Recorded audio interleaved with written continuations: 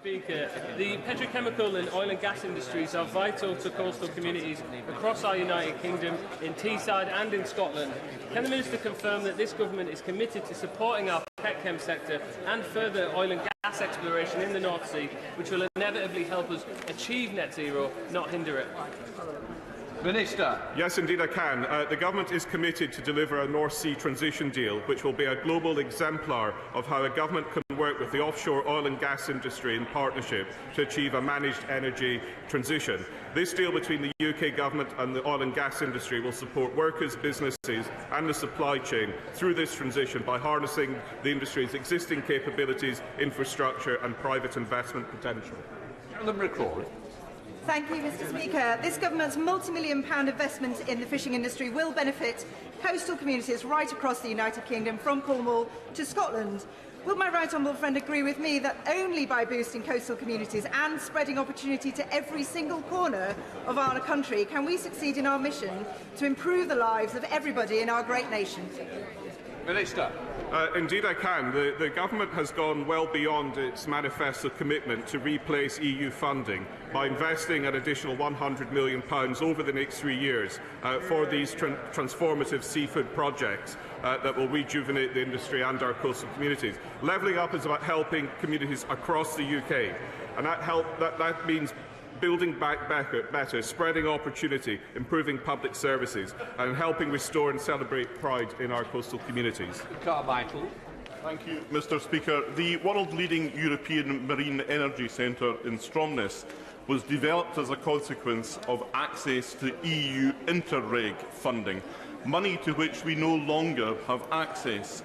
Does the Minister agree with me that the UK Shared Prosperity Fund should be the source of replacement funding for organisations like EMEC that no longer have access to Interreg funding? And what is the Scotland Office doing to make that case within government?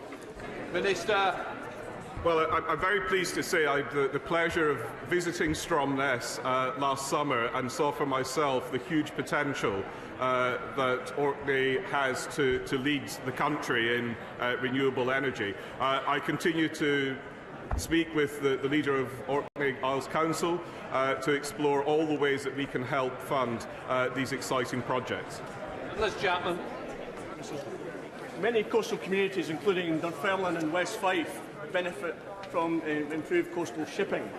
What actions has the Secretary of State taken to assist introducing a direct ferry service from Scotland to critically important export markets in Europe? Minister.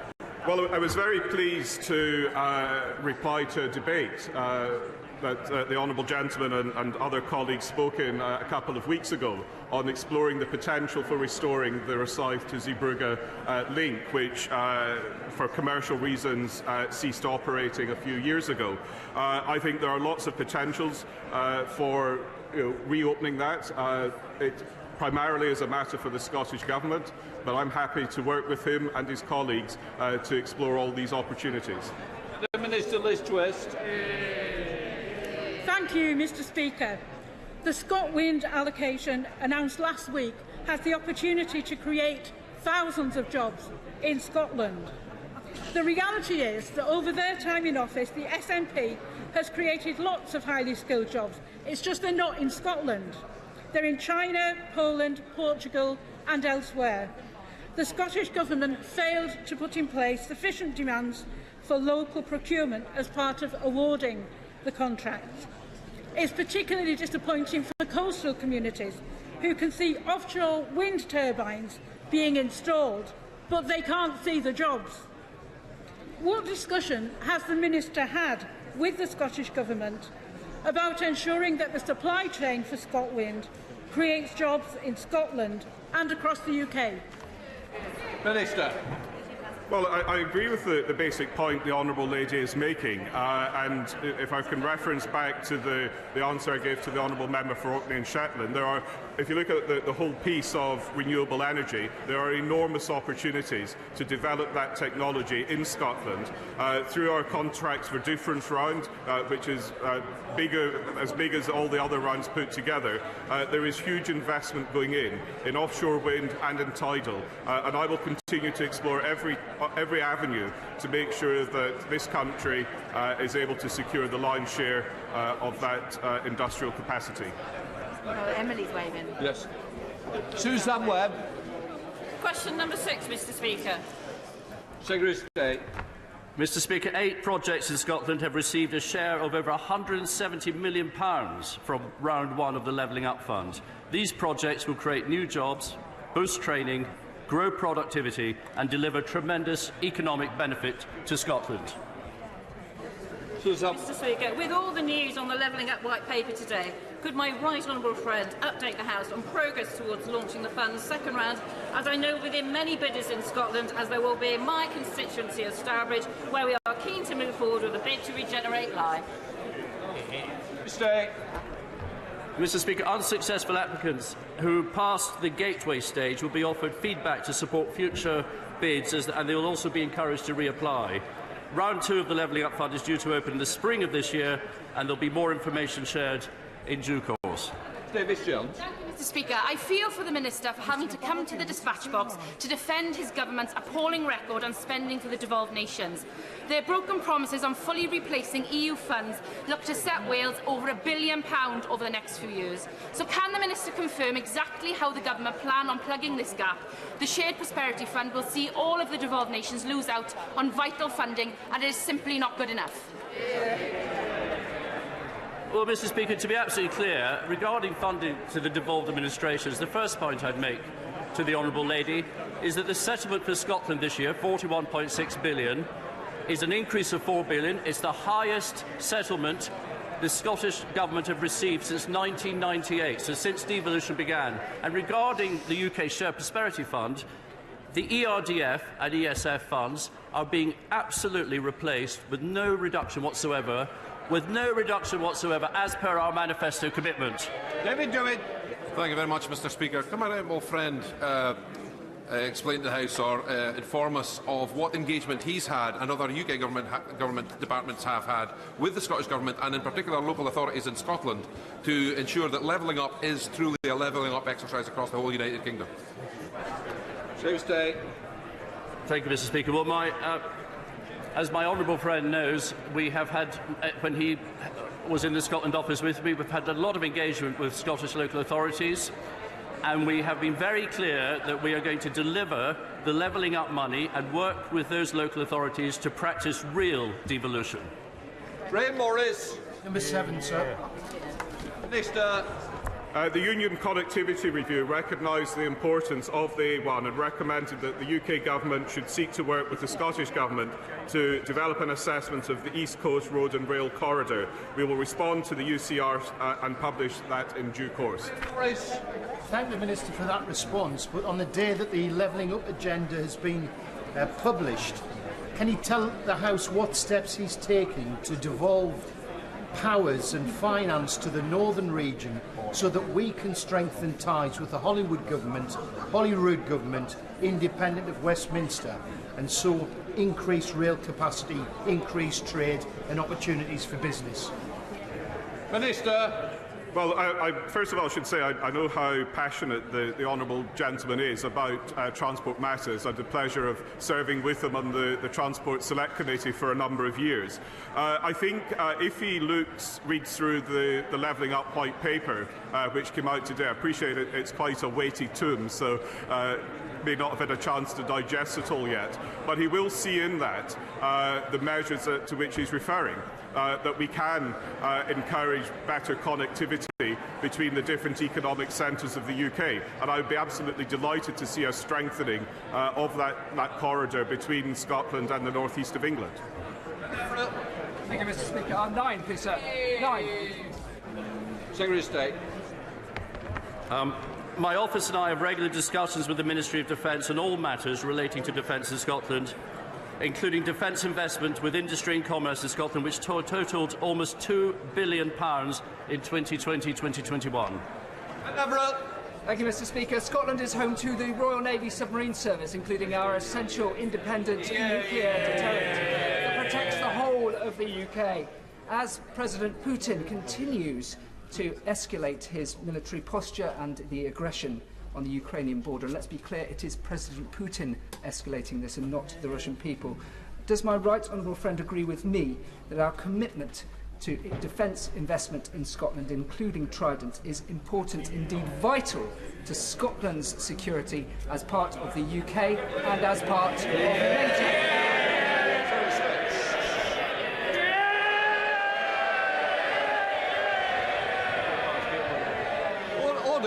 Order. I need to finish these questions. Please. It's in good order that you want to hear your own Secretary of State. Secretary of State. Mr. Speaker, you won't be surprised to hear that I completely agree with my honourable friend. The UK's independent nuclear deterrent, which is Trident based at the HMS Naval Base Clyde, exists to deter the most extreme threats to the United Kingdom, but also to our NATO allies.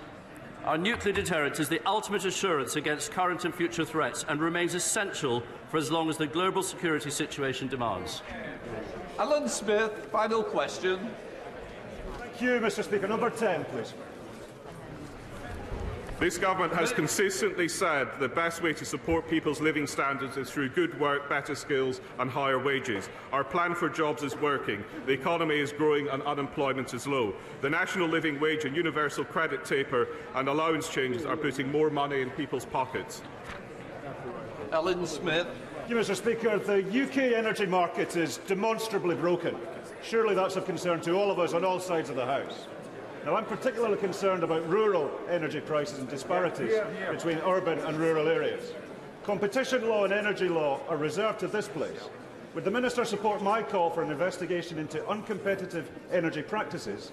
And if he won't, would he care to come to the city of Stirling and explain to the people of Stirling and Scotland how the UK energy market is working for them?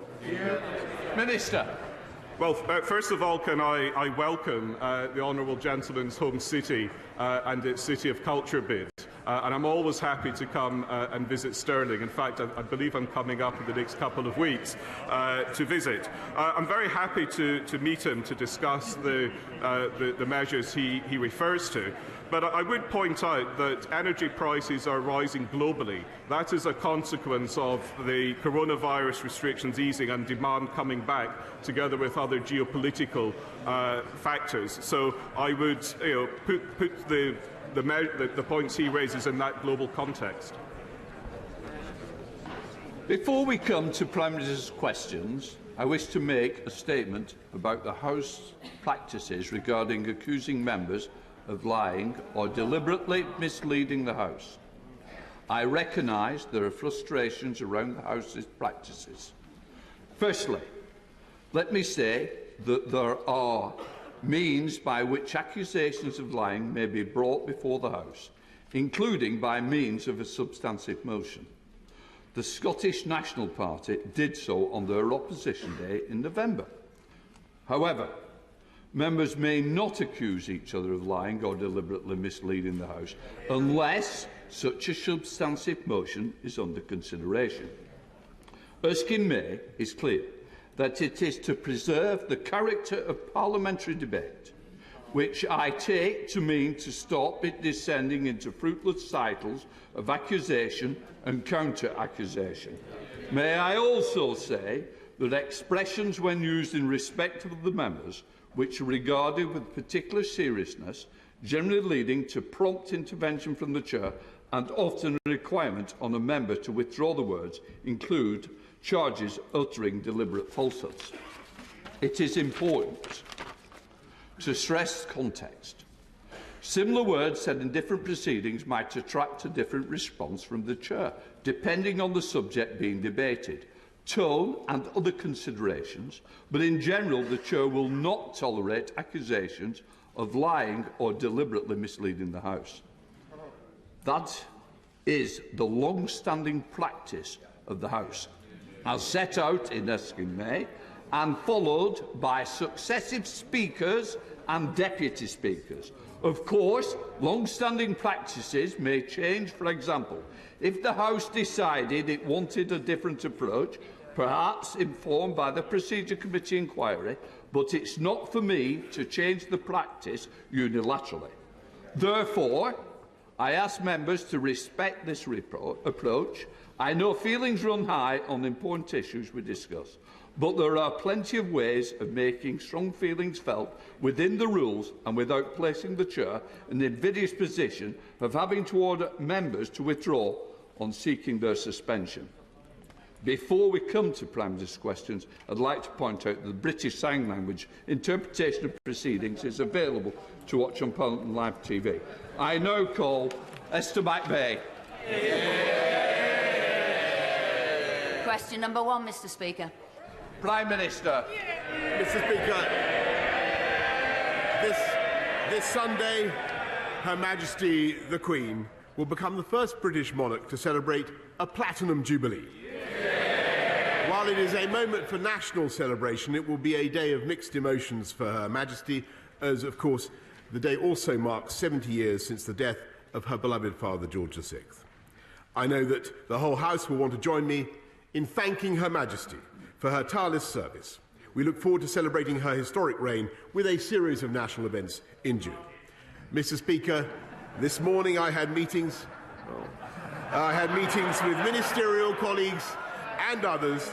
In addition to my duties in this House, I shall have further such meetings later today. Esther McVeigh. On Monday, the Secretary of State for Health said mandatory vaccinations would be subject to a consultation. So can the Prime Minister make it clear, unequivocally, no ifs, no buts, no qualifications, that mandatory vaccinations for NHS staff will be abandoned? Will he also make it clear that is true for care workers as well, many of whom have already lost their jobs? So what support will the government be giving to get those care workers back into the care sector, and will those who've lost their jobs get compensation? Minister. I thank my right honourable friend very much for her thoughtful work on this. I want to stress that vaccines remain our best line of defence, and I do think that NHS staff and all those who work in the care sector have a professional responsibility to get vaccinated, Mr. Speaker. But as my right honourable friend, the Health Secretary, told the House on Monday, given the difference between Omicron and Delta, it is right, and she is right, that we revisit the balance of risks and opportunities, Mr. Speaker. The Health Secretary has said we'll launch a consultation, and subject to the responses and the will of this House, Mr. Speaker, the government will revoke the regulations. We now come to the Leader of the Opposition, the Right Honourable Keir Starmer. Thank you, Mr. Speaker. And following your opening remarks, I just want to say to the members opposite, theirs is the party of Winston Churchill. Our parties stood together as we defeated fascism in Europe. Now their leader stands in the House of Commons parroting the conspiracy theories of violent fascists to try and score cheap political points. He knows exactly what he is doing. It's time to restore some dignity. Mr. Speaker, one of the most absurd claims made on behalf of Operation Save Big Dog is the Prime Minister and the Chancellor writing in the Sunday Times that they are the tax-cutting Conservatives. Why do these alleged tax cutters keep raising taxes on working people? Prime Minister. Mr. Speaker, on his first point, I don't want to make heavy weather of this, but I am informed that in 2013, the right honourable gentleman apologised and took full responsibility for what had happened on his watch, and I think, Mr. Speaker, that was the right thing to do. And Mr. Speaker, on what we're doing to tackle cost of living and taxation, Mr. Speaker, our COVID recovery plan is absolutely vital in helping people with the cost of living, lifting up universal credit payments, Mr. Speaker, by cutting the tax that people effectively pay, lifting the living wage, Mr. Speaker, helping councils with another £500 million for those who are facing particular hardship, Mr. Speaker. But what we're also doing, and this is absolutely vital, is increasing the number of high-wage, high-skill jobs in this country. 420,000 more on the payroll than there were before the pandemic began, because we've had the fastest exit from COVID of any European economy, Mr. Speaker, because we had the fastest vaccine and booster rollout. Mr. Speaker, it's not just the national insurance rise. Thresholds for income tax frozen. A stealth tax on working people. The threshold for tuition fees frozen. A stealth tax on working people. Local authorities forced to increase council tax. A stealth tax on working people. You can be as stealthy as you like, but you can't hide reality. We have the highest tax burden for 70 years during the middle of an inflation crisis. So I ask the Prime Minister again, why do he and the Chancellor keep raising taxes on working people? Prime Minister. Mr. Speaker, what we are doing is helping people with the cost of living, cutting taxes for those on universal credit, Mr. Speaker, as I have said, helping people with the cost of their fuel, Mr. Speaker, with the cold weather payments, the warm homes payments, Mr. Speaker, doing all the things that this country would expect, lifting the living wage, which this party, Mr. Speaker, introduced. This party, this government, has increased by the record amount, Mr. Speaker. And above all, the most important thing that we are doing is helping people into work. 500,000 people off welfare into work under our Way to Work scheme. More people in work now than before the pandemic began, and that is the record of this government. Labour, never forget, Mr. Speaker, there's never been a Labour government that left office with unemployment lower than when they entered. Check that out, Mr. Speaker. Lots of words, lots of bluster, no answers. Word of warning. Word of warning, Prime Minister. That's not going to work with the police.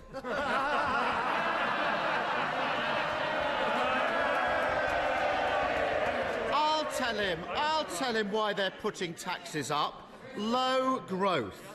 In the decade of Tory government before the pandemic, growth slumped. It was much, much weaker than under the last Labour government. If the Tories matched our record on growth, we would have £30 billion more to spend on public services without having to raise a single tax. Mr. Speaker, surely even this Prime Minister doesn't need someone else to tell him that he and the Chancellor are having to raise taxes because the Tories failed to grow the economy over a decade.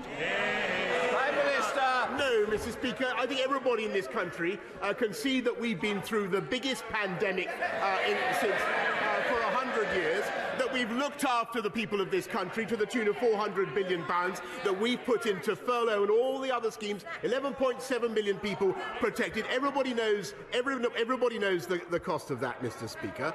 And at the same time, in spite of all the difficulties that we have faced, we have now got the fastest growth in the G7. Absolutely true. We've got youth unemployment. We've got youth unemployment at a record low, Mr. Speaker. We've got 3 times as much tech investment coming into this country as there is in France, twice as much as there is in Germany. Yes, that's absolutely true, Mr. Speaker. And never forget, if you want to know about Labour economics, never forget the last time they were in office, Mr. Speaker, when they were finally booted out, they left a note saying there's no money left. That's the way they run the country, Mr. Speaker. Mr. Speaker, the UK... Some people won't be getting more because they won't be here to hear it, so Keir Starmer. Mr. Speaker, the UK has suffered the worst economic crisis in the G7. The Prime Minister has more chance of persuading the public that he didn't hold any parties than he has of persuading them that the economy is booming. High taxes are not just the result of low growth. Under this government, we've seen a pandemic of waste and fraud. From the Prime Minister's yacht to government contracts for mates of ministers, they've treated taxpayers as an ATM machine for their mates and their lifestyles. Now we find, Mr. Speaker, they've written off £8.7 billion on PPA, and the Chancellor's writing off £4.3 billion in fraud. That's enough to cover the tax hike he's inflicting on working people. So why did this government block the National Crime Agency from investigating all the billions they lost to fraud? Mr. Speaker, of course we despise fraud and those who steal from the taxpayer, and that's why we've already recovered £743 million in lost furlough money, Mr. Speaker, £2.2 billion that was stolen in bounce-back loans, and we will go on. But I have to tell you, Mr. Speaker, that I am proud of what this government and this country did in securing record quantities of PPE and record time, Mr. Speaker, in furloughing and looking after the entirety of British business and society in the way that we did, Mr. Speaker. And once again, Captain Hindsight comes to this House and attacks the government for doing exactly what he urged us to do 18 months ago. Mr. Speaker, it so happens that I found a letter. I've been rustling in my notes, Mr. Speaker. And I found a letter which I will place for your convenience in the House, in the library of the House, Mr. Speaker, from the Shadow Chancellor to my right honourable friend, the Secretary of State for Deluxe, suggesting that we could secure PPE supplies. This is on April the 22nd, 2020. Secure PPE supplies from from a theatrical costumier, and that we could get ventilators from a professional football agent, Mr. Speaker. No wonder under Labour, fraud was running at £21 billion per year, Mr. Speaker. I'm proud of what this government did to secure PPE, and I'm proud of the way we protected this country. Keir Starmer. Who wants to be the first to leave? Please put your hand up, because I'm going to pick one of you. Keir Starmer. Mr. Speaker, the Prime Minister might want to sharpen how he answers questions under interview. He's going to need it in the next few weeks. Waste and low growth explain why we have high taxes, but they don't explain why it's always working people that are asked to pay more. Yesterday, he ordered his troops not to support a windfall tax on oil and gas companies. As a result, the country is missing out on over £1 billion we could have used to cut taxes on energy bills for working people. Today, he's ordering his troops to vote for tax cuts for banks. As a result, the country is missing out on another £1 billion we could have spent cutting taxes for working people. Why are the Chancellor and the Prime Minister protecting oil companies and bank profits while putting taxes up on working people? Prime Minister. Mr. Speaker, let's just get to the heart of what this is all about. This is all about dealing with the consequences of the biggest pandemic this country has seen, with an unprecedented economic crisis in which the state had to come forward and look after the people of this country to the tune of £408 billion. Everybody can see the fiscal impacts of that. Shall I tell you what this government and this country is voting for and what we're doing? We're investing now in 45,000 more NHS workers, more people in our NHS this year than there were last year. 10,000 more nurses, 10,900 more nurses, about 5,000 more doctors, Mr. Speaker, 9 million more scans, 100 community diagnostics hubs to help people to get the scans and treatment they need. And the incredible thing, the lamentable thing is that the party opposite, the party of Nye Bevan, Mr. Speaker, voted against those funds, voted against that investment, and they would have made our COVID recovery impossible. Keir Starmer.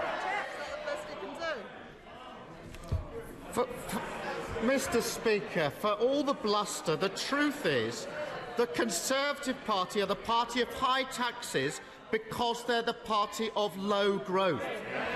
They are the party of high taxes because they're the party of eye-watering waste. Mr. Speaker, we know this Prime Minister has no respect for decency or honesty. I can take it when it's aimed at me, but I won't accept it when he gaslights the British public, writing absurd articles about cutting taxes at a time when he's squeezing working people to the pips. Isn't it the case, Mr. Speaker, that he and his Chancellor are the Tory Thelma and Louise, hand in hand, as they drive the country off the cliff and into the abyss of low growth and tax? Mr. Gullis, I think you've been trailed for long enough and you don't want to be trailed anymore. And that is the last comment I have, or otherwise I will ring your mother. Keir Starmer. Isn't it true, Mr. Speaker, that he and the Chancellor, the Tory Thelma and Louise, hand in hand as they drive the country off the cliff and into the abyss of low growth and high tax? Prime Minister. Well, Mr. Speaker, I think the right honourable gentleman is Dick Dastardly and Muttley. Both of them pulling in different directions. We know they have different views, Mr. Speaker. We are getting on with the job, Mr. Speaker, and just in the last few days, and of course, I think it's absolutely extraordinary that they've done nothing to support our COVID recovery plan. They've voted against our plans to support the NHS. But what we're doing, just in the last few days, while he's been fixated on the issues that he's absolutely determined to escalate, what we've done, we've opened free ports across the country just in the last few days. We're getting 500,000 people off welfare into work with our Way to Work plan.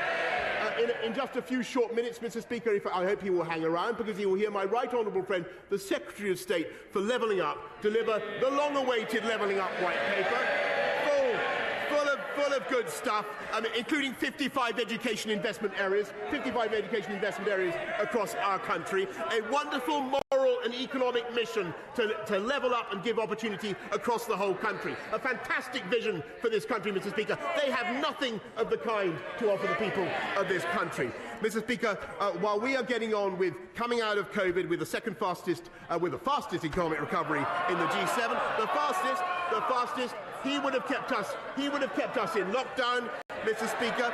We're fixing the NHS. We're fixing the NHS and social care when they voted against it, and they have no plan. And we are, well, Mr. Speaker, we are building a coalition. We are building a coalition. Just a minute. Prime Minister, I'm this way, not that way. Maybe Specsavers might be the answer to see where I am. And can I just say, Dame Caroline Dinage is desperate to get the next question to you.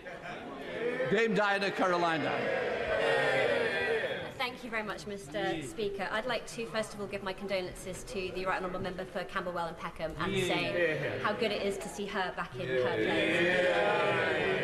place. Mr. Speaker, Sophie Farrell was just 10 years old when she died in September. Childhood cancer is often described as rare, yet cancer is the biggest killer of children under 14.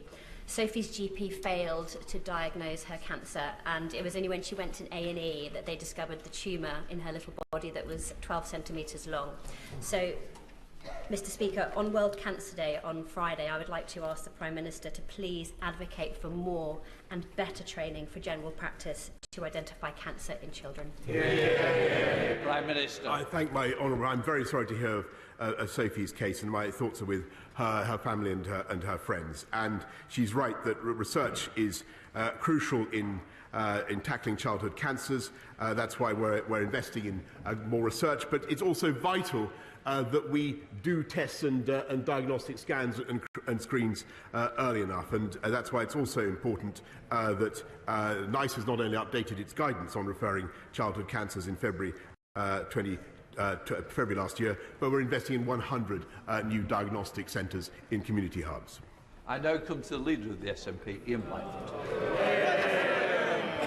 Thank you, Mr. Speaker, and I'm sure that you and the rest of the House will want to join me in celebrating and supporting World Cancer Day. Mr. Speaker, just in relation to your earlier statement, I have a difficulty reconciling the Prime Minister's version of events with other evidence, and as you know, I have a duty to reflect and represent the deep, deep public anger with the Prime Minister. That said, Mr. Speaker, I respect the absolute impartiality that you take in your role, and I want to set on the record that I respect both you and the authority of the Chair. Mr. Speaker, this morning the Telegraph newspaper revealed that the Prime Minister attended a party in his flat on the 13th of November 2020. The Prime Minister previously told the House that no party took place. The police are now investigating this party, and we face a very real prospect of a sitting Prime Minister being questioned under caution and being fined in office. And if he is questioned, Mr. Speaker, he must go. If he's fined, he must resign. Mr. Speaker, you'll agree that the House should not be treated with contempt. So can the Prime Minister...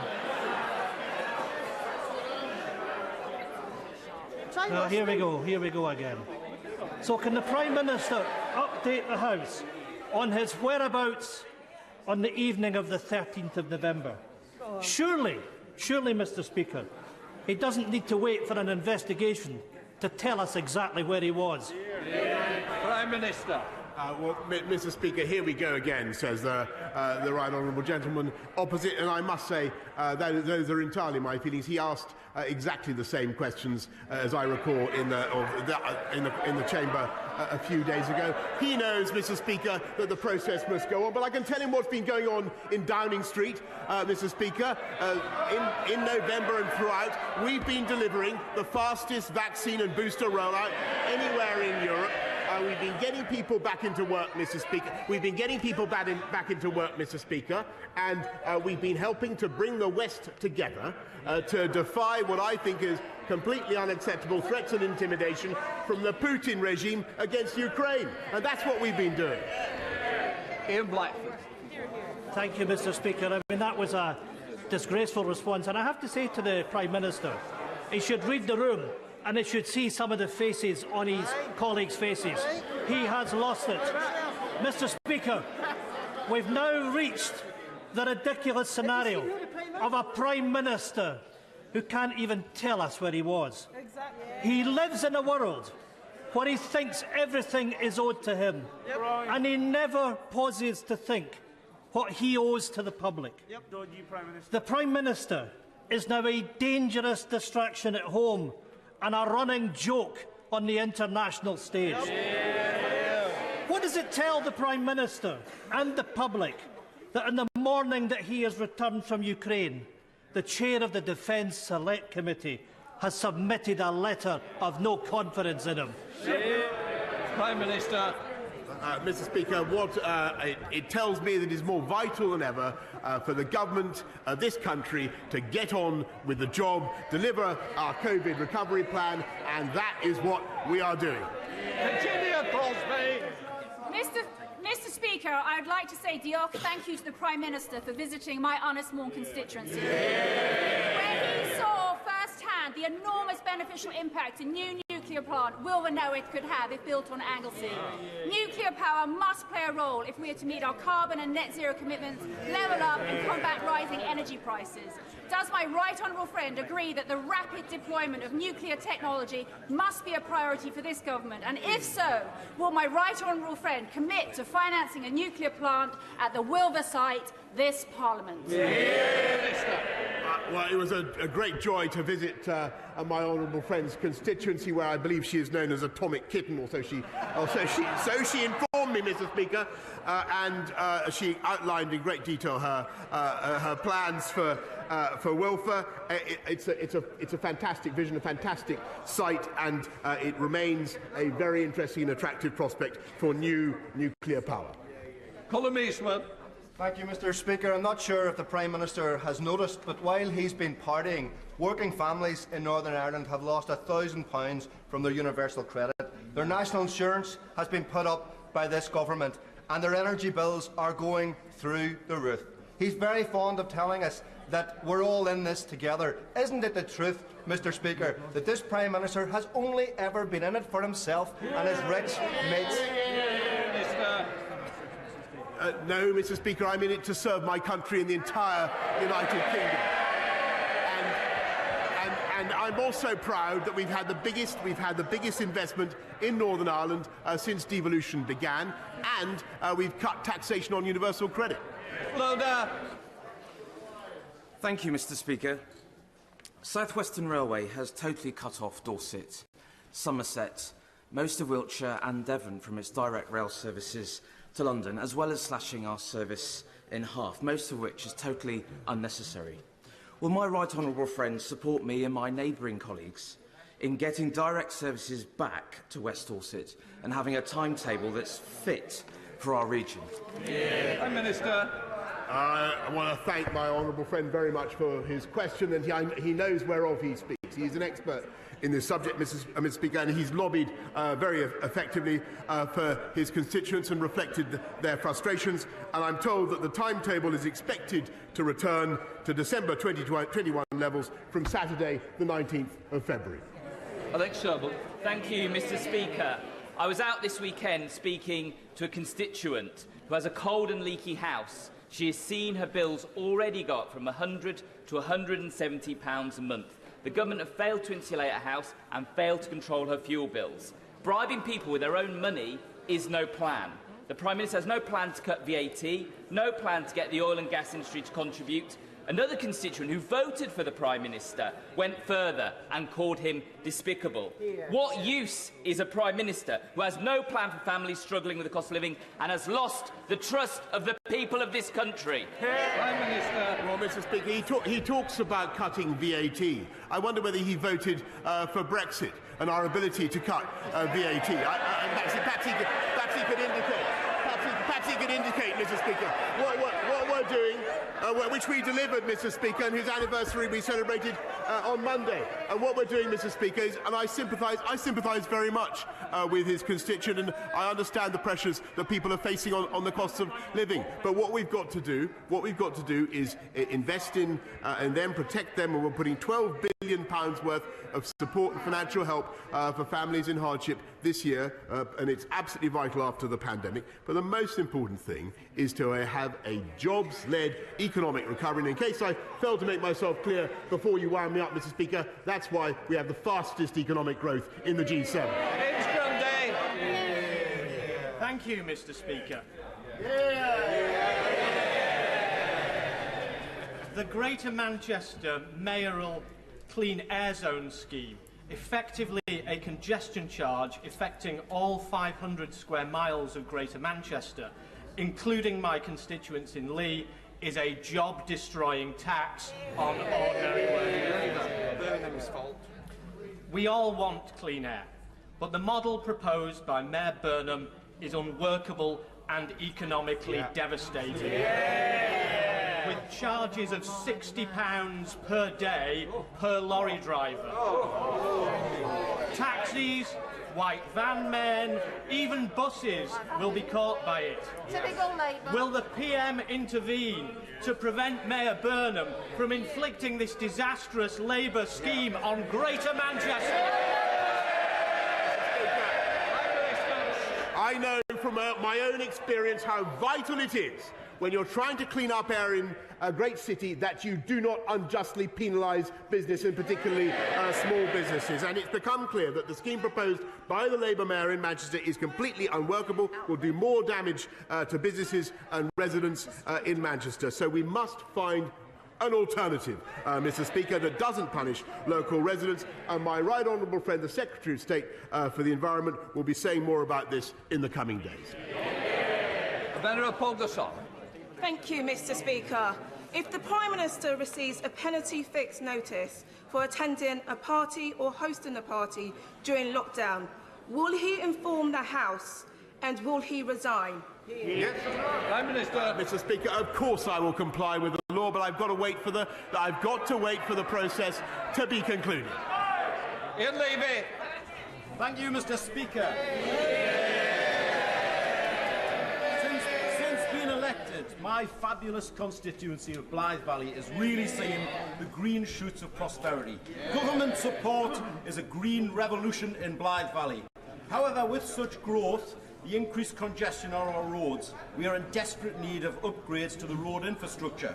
Would my right honourable friend please meet with me to discuss the urgent problem and help Blythe Valley out of the ever-increasing traffic jam? Thank you. Prime Minister. My honourable friend is the best champion that Blythe could possibly have. And he does a quite amazing job. And I want to thank him in particular, Mr. Speaker, for helping to secure the British Volt gigafactory in Brighton. Absolutely amazing investment. And I understand that, of course, growth and prosperity bring their challenges when it comes to congestion on our roads. We have to tackle that. We're working with the Council on a bid for the Blythe Relief Road, and I'll make sure that my honourable friend gets a meeting with the Transport Secretary to discuss it further.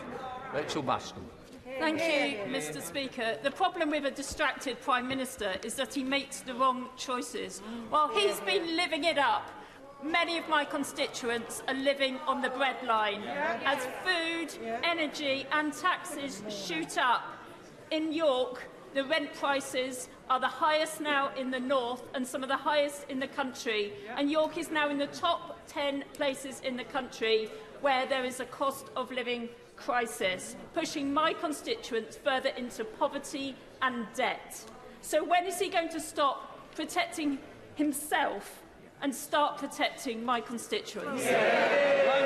So, Mr. Speaker, one of the first things I did when I became Prime Minister was to ensure that we looked after people on low incomes by increasing local housing allowance, Mr. Speaker, by increasing the living wage, not once but twice, and by record amounts, Mr. Speaker, and of course by doing what we've now done with universal credit. But the most important, I really think the House needs to get this, but the most important thing about the UK economy right now is that we have a strong jobs-led recovery, and that is what is going to drive up wages and drive up productivity and drive up growth, and that is what this government is delivering.